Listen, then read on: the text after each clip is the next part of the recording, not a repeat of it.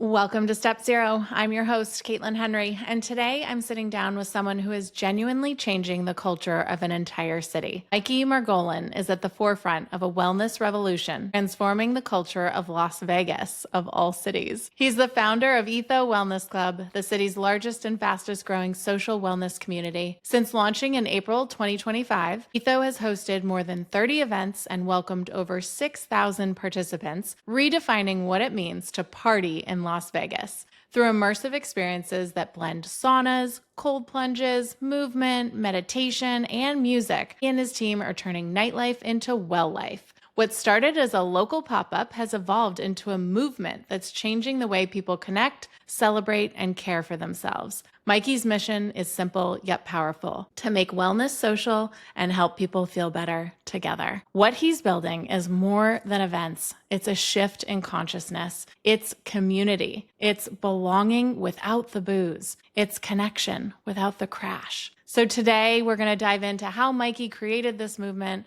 how wellness became his purpose, and what it looks like to rewrite an entire culture, one cold plunge at a time. Mikey, I'm so excited to have you today. Thank you so much for having me. Yeah, I'm so excited you're here. A friend sent me your reel on social and I literally got goosebumps and I was so excited to see something like this. So I'm not going to let you talk about Etho quite yet. I really want to start with, on this podcast, we talk a lot about turning your pain into purpose. So take us back. And where did your personal wellness journey begin? Yeah, I'm a true believer in that. I really believe that through your darkest times and your biggest challenges up comes your greatest gifts, and to always look at that from a positive standpoint. And that was kind of how Etho was born. It was last year that my 15-year career in the corporate space, and I like to say in the hustle culture, found me working it for a sports betting company. And as someone with that I've learned over time now that has addictive tendencies and addiction problems, to be working in the sports betting space was not a good recipe for success for me. So gambling and having an addictive personality does not equal success. And so last year I was kind of presented a fork in the road of like, do I continue down the path I was on, which would lead to nothing but more destruction in my life? Or do I start fresh and rise from the ashes and take a step back and really focus on, okay, what's important to me in life and what do I want to do in this world and what type of impact I want to make?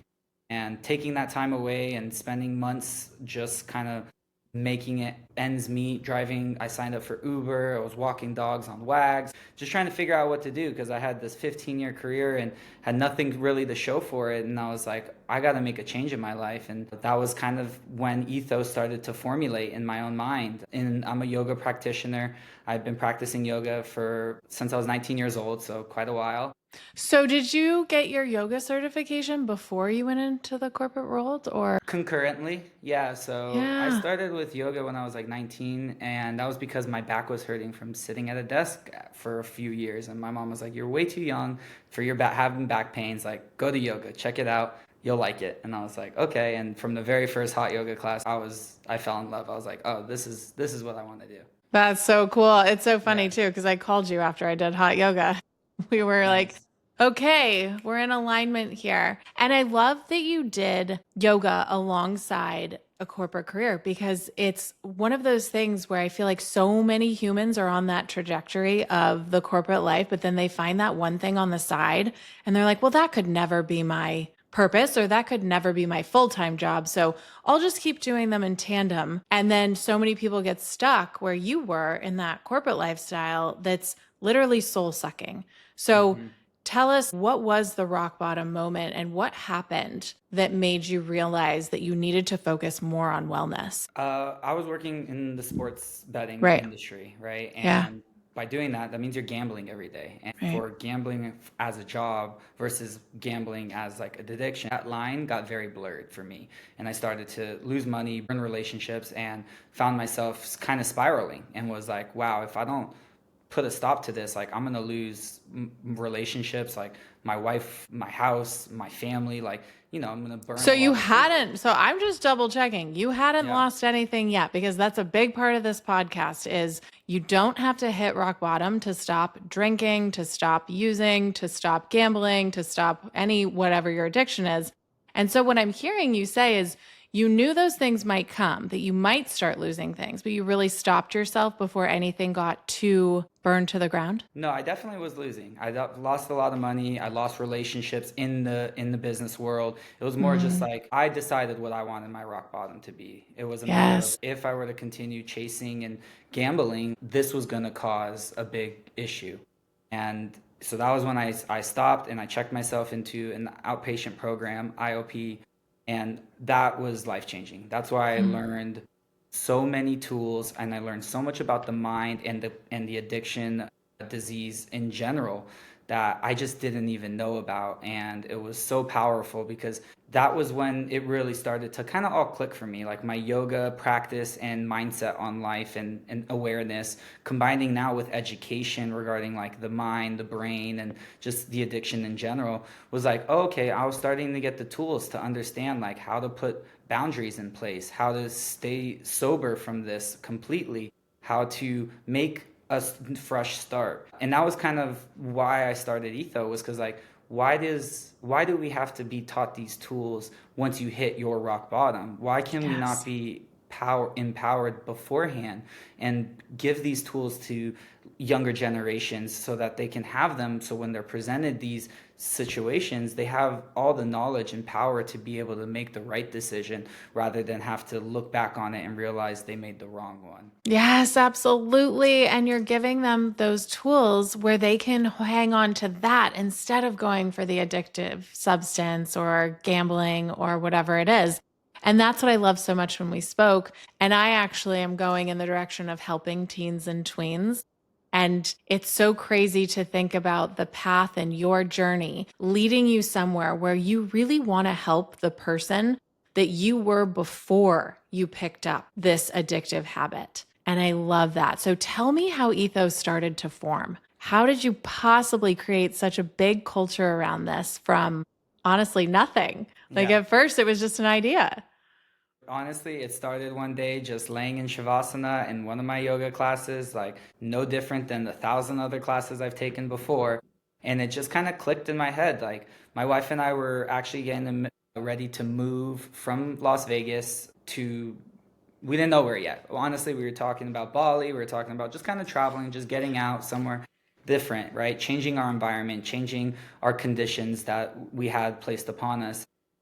As that process was going on, I really just like spent a lot of time just thinking about I don't want this to feel like I'm running away or escaping Mm. my problems, right? If I want to see a change in my world, I need to make that change. Now, changing your environment is very helpful for some people, but I also knew that if I wanted to do something powerful, I had a lot of tools and resources already here because this is my home and I know Vegas so well. And I knew that if we started this as a community with my friends, my family, my yoga teachers, that people that have already gave me so much in this life here, that we could make this difference and we could make the change that we want to see in the world.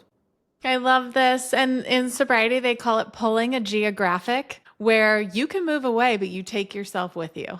Yeah. And I truly hear you saying that. You knew if you moved, you were just going to take yourself and all the problems with you. So why not start where you are and start to make a change? So what happened? Your wife, was she involved from the beginning as well? Yeah, I mean, she's my best friend, my support system, like right there by my side through it all. And it's funny you mentioned her because sidetrack a little bit with her personal journey, of course, like obviously ours overlap a lot. And she was diagnosed with endometriosis about 4 years ago. And that was a big life shift for her because that's a huge inflammatory disease that just for a woman just like it is really I've learned a lot about cycles and how much Mm. this affects her and I've seen it. And she's in a lot of pain 4 or 5 days a month. She couldn't even move from bed, and it's gotten better. But the point is that she started her wellness journey kind of similar to when I started mine, in the sense of like she knew she needed to make some changes. She came from working in the nightlife industry, and so she was serving alcohol as a job, and it really was provided like an internal battle for her. And so she was ready to leave Vegas as well because she knew she needed to make a change in her life. And we had already gone through the standard changes of everything inside the house non-toxic, and changing our diet and changing our sleeping pattern and changing the clothes we wear and the environments we were putting ourselves in so that she could begin her healing journey. And so the next step was, okay, well, what are we doing for our life? Like, what are we doing as a purpose, right? And that was always something that kind of fled me, like, what is my purpose, kind of searching for it. And then one day I just realized, like, what if we just create our purpose? What if we set an intention of what we want to do and make that our purpose? I love that because it really is the epitome of manifesting. Manifesting is just an idea that I have and taking action around it. I work with Exactly. clients about that. It's the small choices we make can create a huge impact. So, what was the first thing you guys did to come in alignment with this vision? So first thing was sit down and just kind of talk it out, like write it on paper, put a business plan in place. What does this look like?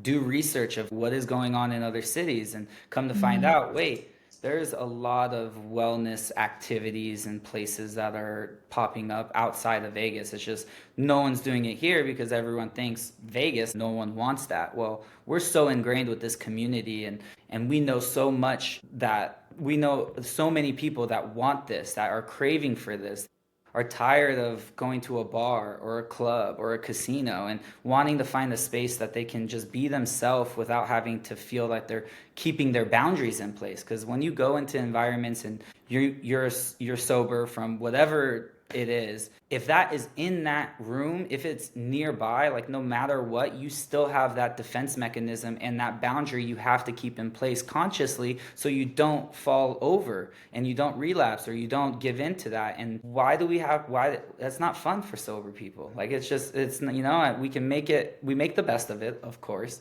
but why can't we be in an environment where we can just feel free and just let down our guard and not have to worry that anything I buy at the bar is going to have alcohol? Like, they're all mocktails, they're juices, they're protein shakes.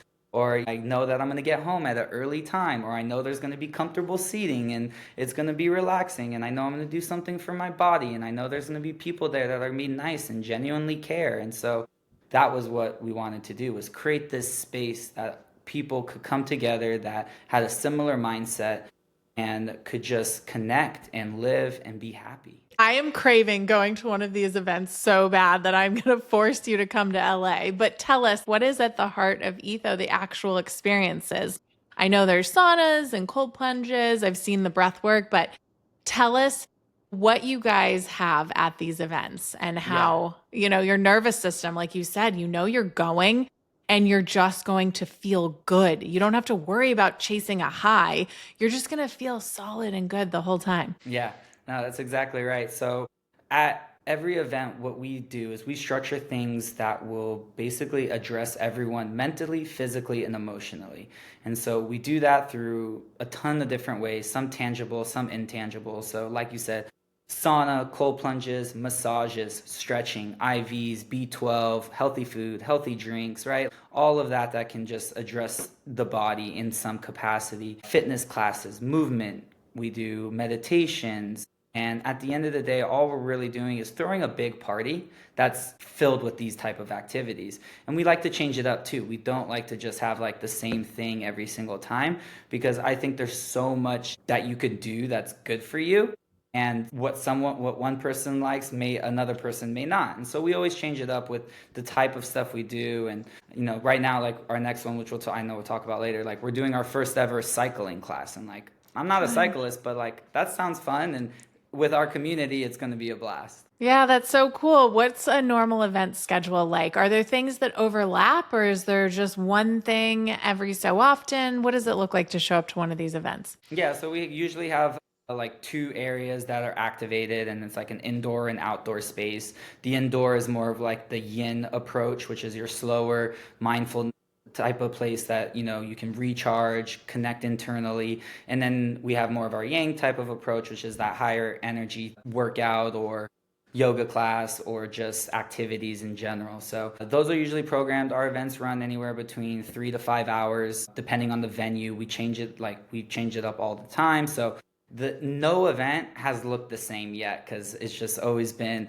such a different approach to things and a different venue, and it's been really fun and really hard to program and like scale that. So that is something I'm gonna have to be working on from a business side to make sure that we can continue to do that. But yeah, it's been a great learning process. Yeah, what was your first event like compared to what they are now? How many people? Was it super small? Was it kind of just friends? How did that work when you guys were first starting out? Yeah, so we started basically we started at the beginning of the year. That was when like, okay, New Year's came, wrote down on started writing down, started taking action, started investing in the business and opening a credit card line and doing everything needed to create what we were going to create for our first event, which was going to be April 6th. So we had about 4 months building up to that. In between that, around like in the beginning of March, we ended up throwing a small party here at my house that was just with a sauna, a cold plunge, the healthy food, healthy drinks, and just getting to the main people together that I knew would be a part of this space and saying like, hey, this is what we want to do, like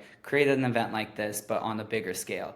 We had about 56 people here, and so it was good turnout, and everyone just like overwhelming positive reaction, like cannot wait for the first event. And so then we spent the next month and a half building for that April 6th one, which we did sell out at the venue and had 372 people at our very first event. That's insane for Vegas. Like, Yeah. you've got to be kidding me. This is so beautiful. This is such a craving, like you said. And I can't stop thinking about how I live in Los Angeles and I'm always making jokes about how, of course, the sobriety is great here because the partying was so good. So many of us came here for the party. And then when we got sober, there's a great energy to the sober community out here. And now I have to imagine that Vegas is the same. There's got to be so many people that go there for the party, wake up, realize substances aren't working for them, and are like you. Sober people are some of the most successful people I've ever met in my entire life. They are the most driven, focused. It sounds like you just had a mission and you were like, we're just going for it. Over 300 people at your first event. That's amazing. Yeah, thank you. It's just a testament to the team and the community more than anything and the desire for this. Like, there really wasn't anyone kind of like marketing sober events and like trying to create like wellness parties, or what we calling them.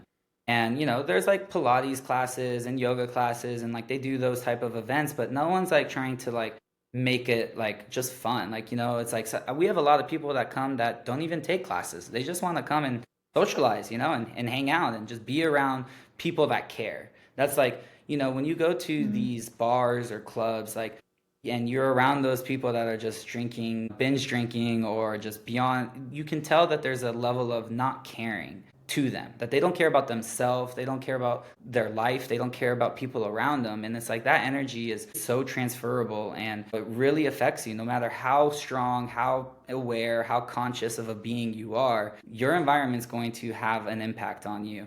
And that's what's the best part about Ethos. And we call it Etho energy. Like, you go there and you can just tell, like, okay, these are all people that care about their life. Like, they are all working out, they're all eating well, they're talking about their goals, they're talking about what they're working on, whether it's their career, or maybe they're practicing their handstands, or maybe they're just wanting to make a difference. And like, this is just the beginning of their wellness journey. And that's what's great about it, is like, this isn't all just like people that have been doing this forever. Like, there's a lot of people are like, oh wow, I didn't even know I could go to an event sober. Like, this is literally the first time I've ever been sober at an event. And this is the first time I've ever been in a sauna, or cold plunged, or did a yoga class. Like, we are breaking barriers with the amount of first timers that we have that are doing something. And that is what it's all about.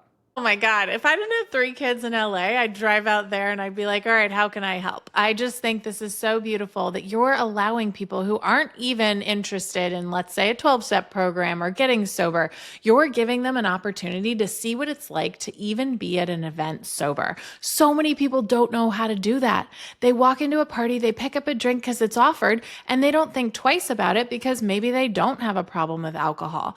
But what I think is so beautiful about this is I believe alcohol cuts us off from our intuition. It cuts us off from that caring that you're talking about, that caring person. And if that's the case, to allow people to come, be their true, authentic selves, and see that they can show up and have a good time is an amazing gift that you get to give at these events. I would say you've created safety and belonging and then this hype, but without the substances. So what have you learned about the power of the nervous system and how like group regulation maybe plays a part in this. Because it's the energy of it all, right? Yeah, you've been to tons of events where like you walk in and you just have that social awkward feeling inside where you're just like, oh, like I can't talk to anyone or I don't know anybody and I'm just standing there and what do I do? And you end up resulting into what everyone else is doing, right? Well, we approach that differently because what everyone else is doing is so good for themselves there. For example, the first thing you do when you come to Etho is we have the letting go ceremony. And every single time they write on a piece of biodegradable paper something you want to let go. So it could be a stress, it could be a negative thought, it could be you had a bad hair day.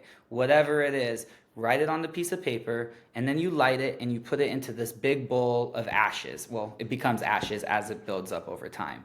And, so just straight from the check-in process, like we're approaching people and showing them something different. Like we want you to have a different mindset, a different operating system as soon as you walk into this door. And then through there, we go through a whole bunch of different practices to kind of help regulate that nervous system, whether that's breath work, whether that's the cold plunge and the sauna. And then we have our sauna masters and our cold plunge experts guiding people through breath work. And so just by going through the motions of what you're doing, you don't even understand, most people don't understand the impact that it's actually having at a deeper level. Like people are just like, okay, like I'll do a cold plunge for the first time, like, and they get in and we let them through like 4 big breaths and then they get out and they're just like, whoa, like what just happened? Like I feel really good. And we're like, yes, like it's not just about the ice bath. Like there's science and there's a lot of power behind this, right? It is the tip of the iceberg of just the benefits that it's doing for all of your systems in your body. And similar with all the activities that we do, right? It's like, look,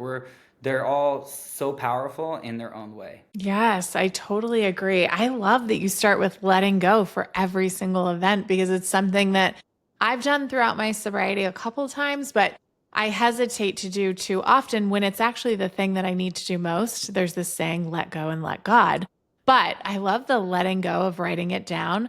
I just went to Bali for a yoga retreat I spoke at, and she did a ceremony exactly like that. She had us write down what we wanted to let go. Mine was my ex-boyfriend. And we'd already broken up, but I hadn't let go. And Right. so she had us burn the piece of paper and then she put them on a banana leaf and she took the ashes and she put them under our eyes like warrior stripes. And then she had us do a meditation. And I am Ooh, I telling like you, that. there is something to that. Exactly what you're saying. You have no idea what is about to hit you once you do something like a letting go ceremony, once you do something like breath work or an ice bath. It is next level until you experience it for yourself, which some people could talk about. Have you ever done Molly? Like it's next level. Oh, have you ever done ayahuasca? It's next level. It's like, no, have you ever tried just using what we naturally produce in our bodies, like without a chemical substance of any sort, plant medicine or not, and having these experiences that you're talking about where your nervous system literally gets regulated to the point where I believe people are leaving your events and weeks and months after, it's still settling in. It's still affecting them. It is so much better than going to a party and picking up a drink and being hungover the next day. Yeah, no, what we say is we're going from hangovers to healing. Like that's the new Mm, mission, right? Like we want you to wake up the next day not hungover, but feeling better and being like, wow, that's powerful. And that's what we say is like our best marketing tool. Like we don't pay for advertising. Like our marketing is like, yeah, we have our social media pages and we post cool stuff on there, but it's really word of mouth and it's the impact and the etho energy at these events that are spreading. It's like when you are, you can sell a product that people like or you can touch someone's life and have a customer for life, right? Like when people totally. find this sense of community and they understand the impact it's having on at their life or in their life and whatever level, they want more of it because it's like, okay, like you got a taste of what it means to actually be happy and growing. And that is a sense of peace that is priceless. Yes, I agree. And I just want to ask, was there no resistance when you first started? Were you ever nervous that, oh my gosh, we're in Las Vegas. This is a whole culture around drinking here. And this is how people make most of their money is through gambling and drinking. So was there ever any nervousness, resistance when you guys first started? Yeah, I mean, I battle it every day. It still exists. Of course, I all we talk about is looking for small wins along the way, especially in the beginning when like we really had no idea. But you got that verification and that confidence once the mission was being shared, and it was like, yes, I want to be a part of this. Like, we go to people and we're like, hey, do you want to be happier? Like, hey, do you want to be healthier? And it's like, yeah, like, how are you doing that? And we're like, we're doing it by having a lot of fun. I want people to know, like, hey, this isn't, your traditional, like, this isn't therapy. This is, you may be learning some things that you would learn in therapy there, but no, this is a party. We want to, with the clubs and the bars, in a way that's like, hey, look, we can revolutionize your guys' space and bring in a more authentic, genuine crowd that is going to elevate this space and like really be a lot of fun as well. And so, yeah, we face but those nerves, they exist every day, where it's still a battle. It's still something that we're growing and we face every day. Yeah, and I love that we even met organically. There was no marketing here, guys. He didn't even reach out to me. I reached out to him. So I want to know, what is one belief that you had to let go of in order to lead this movement? That's a great one. For me, it's that whatever we do, I'm still enough. And I think that was something very powerful for me to face early on. I have a life coach, a breathwork coach that actually I gained working through with Etho, and he's become a really good part of my life. And we sit down and we talk about like what are some of the insecurities and fears and everything you face, and it's like a lot of it came down to one core thing, which is at the end of the day, no matter what, even if this completely fails and we stop, that's okay. And I'm still Mikey, and that's all that really matters. It doesn't matter what I did before, it doesn't matter what I'm doing now, and it doesn't matter what I'm going to do next. I am here as a human being on this earth that's floating around the sun, and that's all I really can say about the world. You bring it back down to that, and everything else kind of just dissipates if you put it in perspective of where you are, what you're doing. I like paused for a second because I'm like, who doesn't need to hear that today? That is something that every single human being needs to hear. Whatever you're doing today, it doesn't matter what you've done in the past, where you're going in the future. If you love what you're doing or you're having fun, or you're even listening to this episode, I have a passion and a purpose. Maybe alcohol is holding me back. Maybe gambling is holding me back, whatever it is. Maybe I'm going to stop for today so that I can follow mine. Mikey, everyone needed to hear that. So what does wellness mean to you today? You mentioned that you have a breathwork coach. Like, what does your wellness routine look like today, and what do you integrate? Yeah, I think wellness to me is you are taking care of yourself. And by taking care of yourself, you can take care of people around you. And so by being well-minded, well-balanced, and just being a well-being, then you're able to give so much more back. And to everyone, that's so different. That doesn't mean you're waking up at 4 a.m. and doing a cold plunge at 4:15, and you're eating a banana at 4:30, and you're running 2 miles before 5 a.m. and you're doing, like, okay, there's some people that take that extreme, and that works for them. All it means is you're finding what works for you. What helps you feel, everyone knows that feeling when they actually feel peaceful, they feel grounded, they feel not stressed, right? Like that's what wellness means to me. So whatever it takes for you to get there, I encourage you to try new things, to figure out what works for you. I learned with my wife and I, like, we have different things. Like, I love the hot yoga classes, the hot classes. I love group classes. I'm an extrovert. I recharge on that. My wife doesn't. She likes long walks. She likes slower pace. She likes reformer Pilates, and that's amazing. We learned what that means. I think one thing, again, approach everything very simple with 3 things. You have to approach your mind, your body, and your soul. So if you're doing something every day for your mind, whether that's reading a book, having an engaging conversation, learning something new. If you're doing something for your body, movement could be as easy as a walk, could be a workout, could be a marathon, could be a swim, could be a hike, whatever it is, get out, move your body, and then do something for your soul. Do something that you love, whether that's reconnecting with an old friend, or maybe having a meal that you really enjoy, or maybe doing something that you've never done before because it's fun and exciting, or maybe it's cleaning the closet that you've been meaning to clean. Whatever it is, do something that you feel that sense of accomplishment, and if you can do those 3 things every single day, I promise you will live a happy life. Yeah, I couldn't agree more. And it's why I'm a life coach. We hold clients accountable to all of those things that people don't realize. Like you said, it's mind, body, spirit. And this is a perfect segue. I just have a personal question. Do you consider Etho a spiritual community, even though it's not framed that way? Is there anything you guys integrate or do you think about it spiritually? Yeah, so Etho is a community of the people, and everyone has their own perspective on what spirituality means or religion or whatever that is. And we encourage you to bring that in and bring those lessons that you learn and what works for you. Because maybe it's going to work for someone else. And all of our instructors and all of our guides, they all have their own operating system and their own belief patterns. And we encourage people to share that. I think it's a melting pot of community, and there is no right answer. There's only a right answer for you. And you get to choose what that is. And that can look so many different ways. So is it spiritual? Absolutely. I think you have to be spiritual in the sense of believing in something more than just you and what this tangible world has.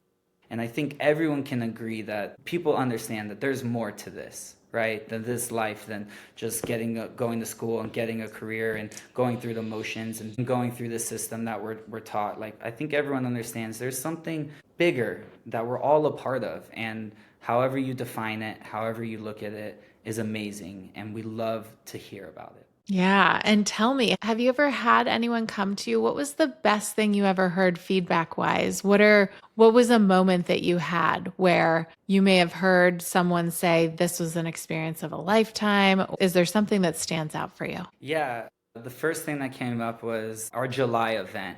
There was a guy that did an ice bath with one of our instructors, and he sat down next to him. He got out of there and he just started crying, and he was sitting down on the side. And Merrill, he's one of our breathwork specialists, he went up to him and sat down with him, and he had this like heart to heart conversation. He was just like, I heard my mom, and my mom had passed away years ago, and he's like, I just had like this reconnection with her about just like being okay and letting go, and like, she's proud of me, and all just a really powerful experience for him. And he was just like, thank you, like that, I didn't even know I needed that, I didn't even know that was possible. And so hearing things like that one really sticks out as like the number one. Just like, wow, like didn't know that was happening, but amazing, that's what this is for, right? I mean, everyone else is like a lot of other positive thoughts and just like regarding this space, like, hey, you're giving me reason to go out again. Like, I'm excited to come to the next event. Like, this is my community. These are my people. And, and then you go on social media and you see all these people posting about it, and they're just like, this is the most fun thing I've ever seen. And you go through the comments and it's just like, I need to be there. Like, I was there. I'm never going to a club again. Like, this is the new club. And so things like that just show we're moving in the right direction. Like, there really hasn't been any negative feedback.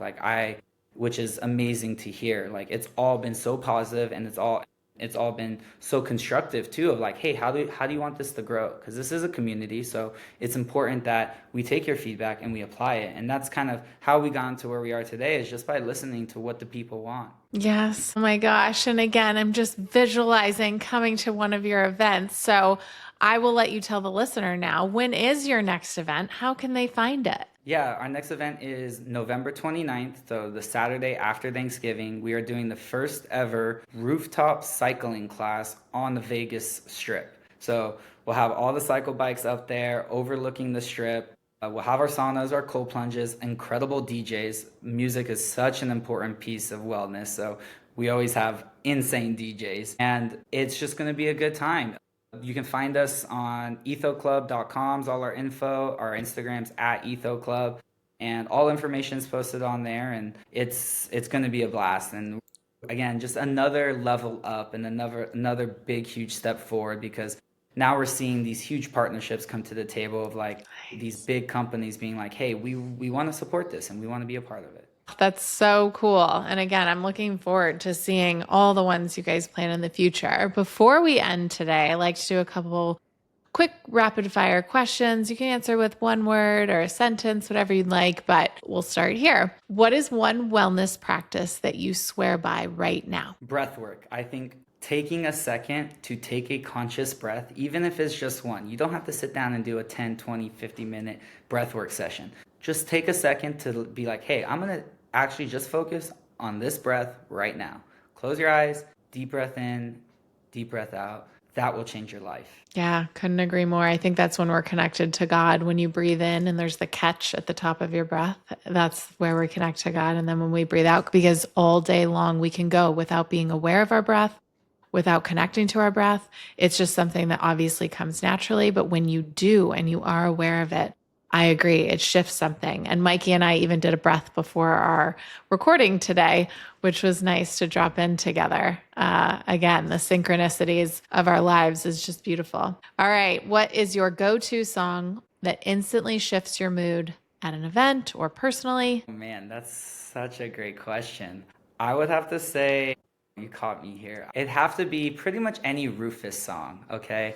Like, as soon as Rufus comes on, instantly just like I'm connected to myself, to something bigger, because like that music is just really powerful to me. So I would just have to any Rufus song for sure. Yeah, definitely. Ugh, I've always wanted to see him in concert. Okay, most unexpected things someone has said to you at an Etho gathering. I think one first thing that comes to mind is as I was like introducing myself to someone, like I went in to like give a hug, and I'm a hugger, and like I got a hand back saying, this is my personal space. I'm not much of a hugger, and that like really caught me off guard for a second because I was like, oh yeah, totally respect that. That was the first thing that comes to mind. The second one is when we held our event at Encore Beach Club and we were checking people in. They were coming in. Someone asked me, they're like, hey, how do I get a day bed, or how do I get one of those cabanas? And I was like, no, like this whole event, you can go anywhere you want. Like there is no restriction. And she just lit up and was like, oh my God, like what?